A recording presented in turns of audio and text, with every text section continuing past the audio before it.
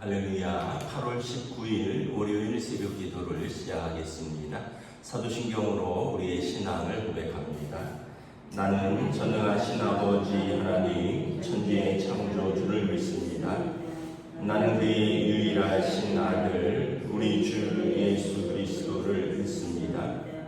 그는 성령으로 잉태되어 동정녀 마리아에게서 나시고 본디오 빌라도에게 고난을 받아 십자가에 못 박혀 죽으시고 장사된 지 3일 만에 죽은 자 가운데서 다시 살아나셨으며 하늘에 오르시어 전능하신 아버지 하나님 우편에 앉아 계시다가 거기로부터 살아있는 자와 죽은 자를 심판하러 오십니다. 나는 성령을 믿으며 거룩한 공교회와 성도의 교제와 죄를 용서받는 것과 몸의 부활과 영생을 믿습니다. 아멘. 찬송가 488장 찬양하시겠습니다. 찬송가 488장입니다.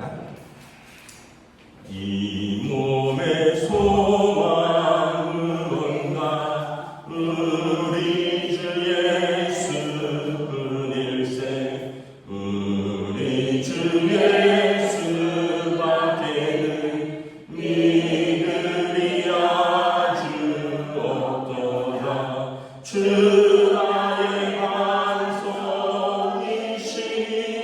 그 위에 내가 서리라. 그 위에 내가 서리라. 무섭게 바람 부는 밤 물결이 높이 설렐 때 우리 주 크신 은혜에 소망에 닿을 줄이라. 주 나의 반석이시니 그 위에 내가 서리라. 그 위에 내가 서리라. 세상에 믿던 모든 것 끊어질 그날 되어도 구주의 언약 믿사와 내 소망 거룩하리라. 주 나의 반석이시니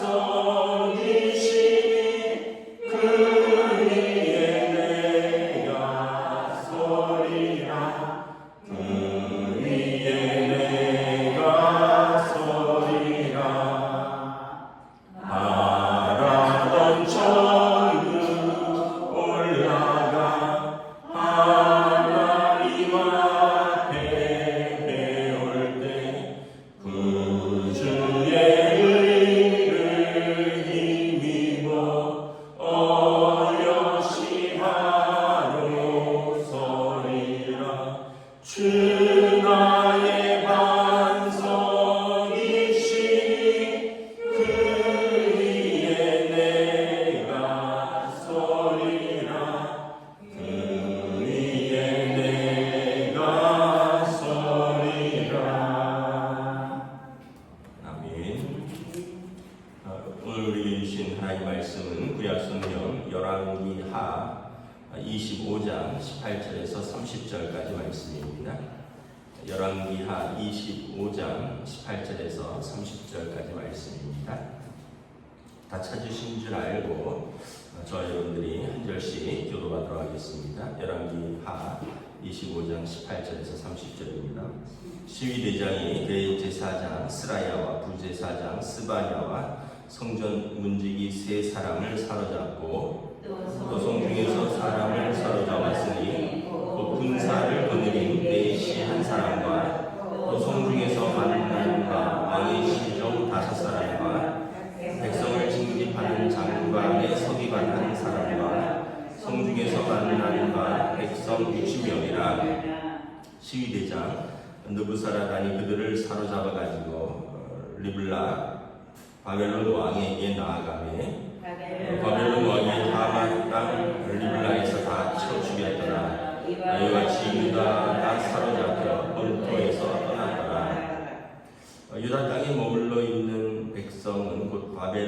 왕 느부갓네살이 남긴 자라.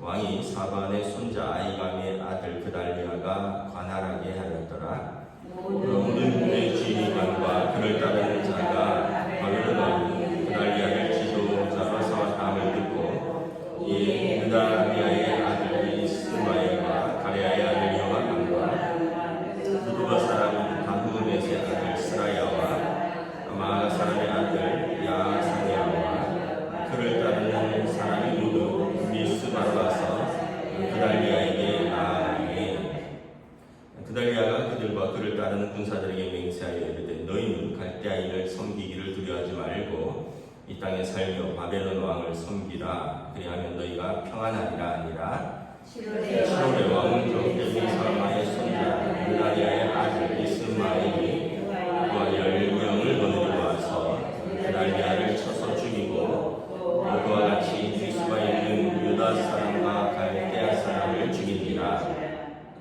모소를 막론하고 백성과 군대 장관들이 다 일어나서 애국으로 갔으니 이는 갈대아 사람을 두려워함이었더라.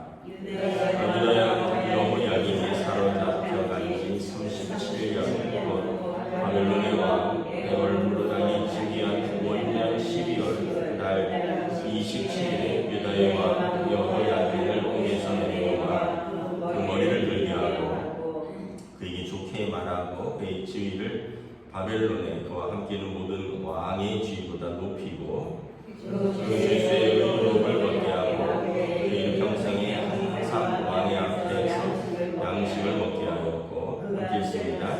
그가 쓸 것은 날마다 왕에게 받는 양이 있어서 정신으로 끊이지 아니하였더라. 아멘. 할렐루야. 또 새로운 하루, 새로운 한 주가 시작됩니다. 하나님께서 은혜와 평강으로 함께 해주시기를 축복합니다. 제가 수요일까지는 여전히 휴가인데 새벽 기도는 제가 오늘부터 인도합니다. 우리가 이제 열왕기하 마지막 장의 마지막 부분을 보고 있습니다.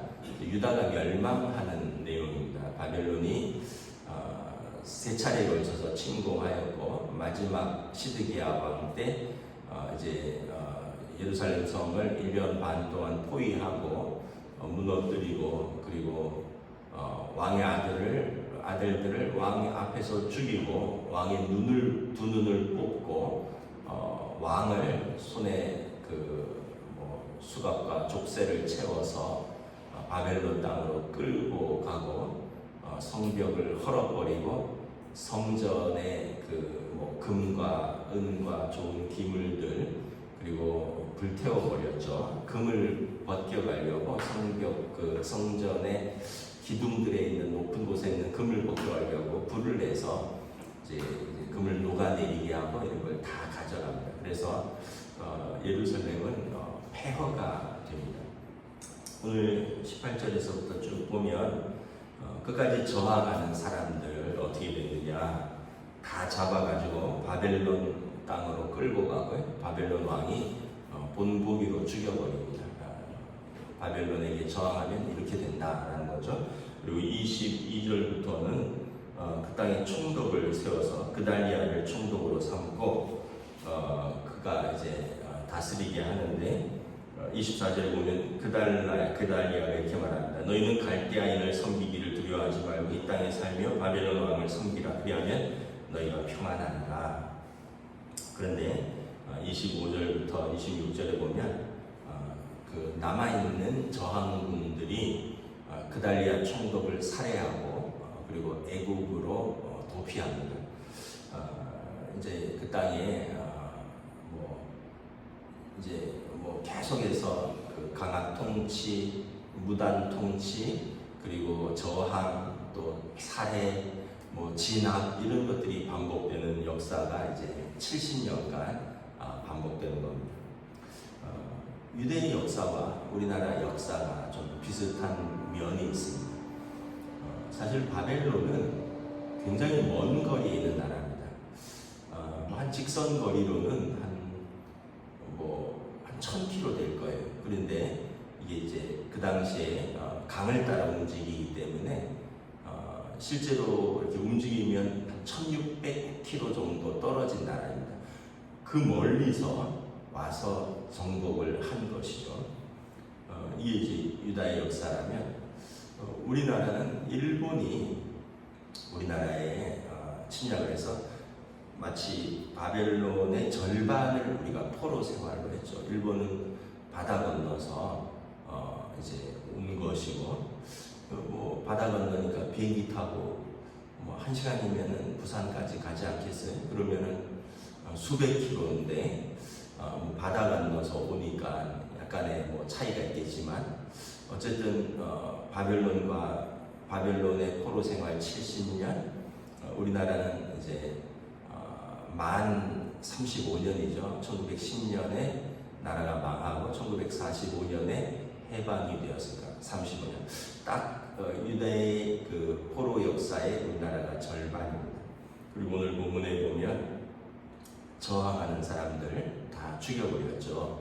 그래서 우리도 보면 고종 황제를 폐위시키고 그 아들 순종을 허수아비 황제로 세웠는데, 왕이 살던 덕수궁 앞에 조선 총독부 건물을 지어서 막아버렸죠. 그리고 고종 황제는 그 옆에 덕수궁으로 가고, 아들 순종 황제는 그 옆에 창덕궁으로 가고, 왕궁을 조선 총독부로 막아버리고 양쪽으로 이렇게 흩어져서 살게 했고, 그리고 많은 사람들이 오늘 본문에서처럼 일본으로 잡혀가고요. 또 여기서 저항운동하는 사람들은 오늘 보면 총독을 죽이고 이집트를 피해인 것처럼 여기서 뭐 이토 히로부미라든가 또 뭐 여러 그 어떤 사람들을 저격하고, 상위 임시정부는 이제 중국 상해로 가서 독립운동을 펼치는 거죠. 그러면서 오늘 본문에 보면 성전이 쑥대밭이 되고 수도가 쑥대밭이 되고, 그리고 백성들이 오늘 24절에 보면 총독이 하는 말을 이걸 이제 일본으로 섬기면 이렇게 되는 거예요. 너희는 일본을 섬기기를 두려워하지 말라. 이 땅에 살며 천황을 섬기라. 그리하면 너희가 황국 신민이 되어 평안하리라. 아마 일본과 갈대아인이 똑같이 이야기를 하는 거죠. 그러면서 우리가 나라를 잃고, 그 다음에 우리말을 사용하지 못하고, 그리고 바벨론에 오늘 본문에 보면 쭉 앞에서도 보면 장인들, 또 군인들, 젊은이들, 지혜 있는 자들 다 갈대아인으로 끌어가서 거기서 노역을 시킵니다. 그래서 우리가 일본 사람들이 이제 우리나라에 와서 그 똑똑한 사람들 또는 그 뭐 힘쓰는 사람들, 그 당시 대동아 전쟁이 일어났으니까 다 차출해서 군인으로 또는 노동자로 뭐 그 일본의 사도 광산으로 이렇게 다 끌어갔잖아요. 그런데 이제 일부 정신없는 사람들은 이런 이야기를 합니다. 그래도 일제 때문에 우리나라가 근대화되었다. 철도가 놓이고 도시가 발전하고, 그 다음에 군인이 신식화되고 근대화되었다. 이 얘기는 꼭 이런 얘기예요. 그래도 바벨론 때문에 유다가 좀 발전한 측면이 있다. 뭐 이렇게 이야기를 하는 거죠. 그러면서 어떤 뭐 교수 같은 경우는 정신대는 돈 벌려고 자진해서 간 것이지 강제가 아니었다. 위안부 할머니들을 그렇게 모독하기도 하고, 또 뭐 이렇게 강제 노역으로 광산으로 끌려가서 거기서 죽고 군인으로 끌려가, 이것도 이걸 막 독려하는 그릇이고, 한국 시민으로서 우리가 황제를, 일본 천황을 위해서 자원해서 나가서 싸워야 된다라는 등, 그리고 비행기가 모자라니까 돈을 모아서 비행기를 만들어서 거기에다가 뭐 바쳐야 한다는 등, 이런 것들이 이제 친일파들을, 그리고 친일 신문들의 그걸 독려하고. 그래서 더 슬픈 건 뭐냐 하면 그 시대에 압제하던 자들도 슬프지만 우리 가운데 있어서 그들의 부역한 사람들, 그걸 이제 밀정이라고 그러는데, 조선 사람이 일본에 부역하면서 조선을 무너뜨리는데 앞장선 사람들, 이런 사람들이 더 민족의 슬픔인 거죠.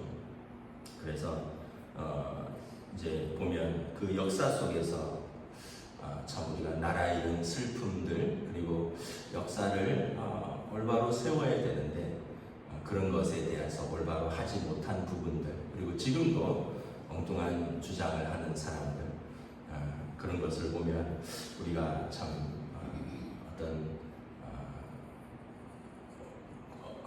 어떤 나라의 어떤 정신을 바로 세우는 것이 중요하다 이런 생각을 다시 한번 합니다. 27절에 보면 37년이 흐르고요. 바벨론 왕이 바뀌었습니다. 그리고 에왈무로닥이라는 왕이 갑자기 유다 왕 여호야긴을 오게 해서 이제 사면을 합니다. 이 여호야긴은 마지막 왕 시드기야를 꼭두각시 왕으로 세우기 전에 석 달 동안 통치하던 왕이었는데 여호야긴을 포로로 잡아가고 그의 삼촌 시드기야를 왕으로 세웠죠. 이 여호야긴이 37년 동안 바벨론 감옥에 있다가 왕이 느부갓네살이 죽고 그의 아들 벨사살이 죽고 그리고 그 후임 여호야긴 때 37년이 지나서 그를 옥에서 내놓고 이해할 수 없지만 그의 머리를 들게 하고 그에게 좋게 말하고 그의 지위를 바벨론에 있는 모든 왕의 지위보다 높이고 다른 어떤 식민지 모든 왕들을 바벨론이 다 설하자고 하는데 유다 왕을 이제 모든 식민지 왕들 지위보다 높이고 그에게 죄수의 의복이 아니라 왕의 의복을 입게 하고 바벨론 왕 앞에서 양식을 먹게 하고 그가 쓸 것을 날마다 왕에게 받는 양이 있어서 중심도로 끊이지 아니하였더라. 갑자기 그를 이제 좋게 대우합니다. 이것은 이제 유다의 그 이제 나중에 해방의 어떤 실마리를 보여주는 것입니다. 역사의 마지막은 절망만 있지 않다. 우리 희망이 있다. 하나님께서 자기 백성을 그 땅으로 돌려보낼 것이다 라는 것이 이제 나라가 망한 지 37년째 되는 해에 한 사인으로서 이것을 보여주는 것입니다. 그 당시에 이제 시인들의 시가 이렇게 있잖아요. 이육사의 광야에 보면 이런 시가 있습니다. 지금 눈 내리고 매화 향기 홀로 가득하니 나 여기 가난한 노래의 씨를 뿌리리라. 다시 천고의 뒤에 백마 타고 오는 초인이 있어 이 광야에서 목놓아 부르게 하리라. 지금 조선 땅은 눈 내리는 한겨울인데 매화 향기가 가득하다라는 거죠. 매화 향기는 봄이 오는 것을 알려주는 거잖아요. 그래서 시인은 이 한겨울 같은 그 땅의 매화 향기를 맡으며 가난한 노래의 씨를 뿌릴 것이고 다시 천고의 뒤에 오랜 고난의 세월 뒤에 백마 타고 오는 초인이 있을 것이다. 그리고 이 광야에서 그가 목놓아 부를 것이다. 백마 타고 오는 초인은 해방을 가리키는 것입니다. 우리로 말하면 유대인으로 말하면 메시아가 오실 것이다. 이 눈 내리는 겨울과 같은 그리고 이 척박한 광야와 같은 그 땅에 우리는 희망을 놓지 않겠다. 백마 타고 오는 초인이 있을 것이고 매화 향기는 여전히 우리를 희망의 꽃을 피우게 하리라. 비록 이제 이육사 선생님은 감옥에서 광복을 보지 못하고 이제 숨을 거두셨습니다. 그러나 우리 선조들의 그 바람처럼 백마 타고 오는 초인이 또는 이 나라의 어떤 그 당시에 이제 유대인들에게는 메시아에 대한 소망 그리고 여러분 그 일제 시대 때 우리 기독교 사학들이 있었습니다. 오산학교라든가 도산학교라든가 또 이 안창호 선생님, 남강 이승훈 선생님이 세운 학교들 그리고 뭐 이런 학교들 덕성여대 같은 경우도 차마리사 선생님이라든가 이런 이화여대 무슨 선교사들이 세운 학교들 연희전문이라든가 이런 데 보면 다 출애굽기를 읽으면서 소망을 가졌습니다. 애굽에서부터 압제받는 그 백성들의 그 울부짖음 그 소리를 들으시고 하나님께서 우리 백성을 해방시키실 것이다. 이 소망을 붙들고 끝까지 소망을 놓지 않고 그리고 저항하고 기도하고 인재를 길러내고 그러면서 이제 광복을 기다렸던 것이죠. 근데 정신없는 사람들은 그때는 나라가 없었다 이런 이야기를 합니다. 왜 나라가 없었어요? 주권을 잃었을 뿐이지 백성도 살고 있었고 땅도 여기 있었고 그리고 저항하고 독립군들이 나라를 위해서 목숨을 걸고 싸우고 그들에게 돈을 보내고 그리고 그들의 젊은이들이 거기서 싸웠는데 왜 나라가 없었다고 하는 사람들이 있다라는 거죠. 참 마음 아픈 현실이 아닐 수 없어요. 그리고 그런 이야기만 하면 고개를 돌리는 사람들이 있어요. 어떤 청문회 보니까 올해가 광복 몇 주년입니까? 라고 물으니까 방통위원장이 대답을 못해요. 올해가 광복 79주년이잖아요. 1945년에 해방이 되어서 광복 79주년인데 방통위원장이 대답하지 않겠습니다. 8.15 해방이고 45년 8.15 해방되어서 올해가 79주년 광복절인데 대답하지 않겠습니다. 어떻게 그런 사람들이 공무원, 고위공직자가 되고 그런 사람들을 쓰고 그런 사람들이 국민의 세금을 받고 월급을 받는지 참 이해할 수 없는 그런 나라에서 우리가 아직도 우리가 하나님 앞에서 우리가 믿음으로 살지만 또 정신 바짝 차리고 우리가 나라를 위해서 어떤 생각들, 역사를 어떤 시각들을 가지고 바라보아야 하는가를 생각해 보아야 할 것입니다.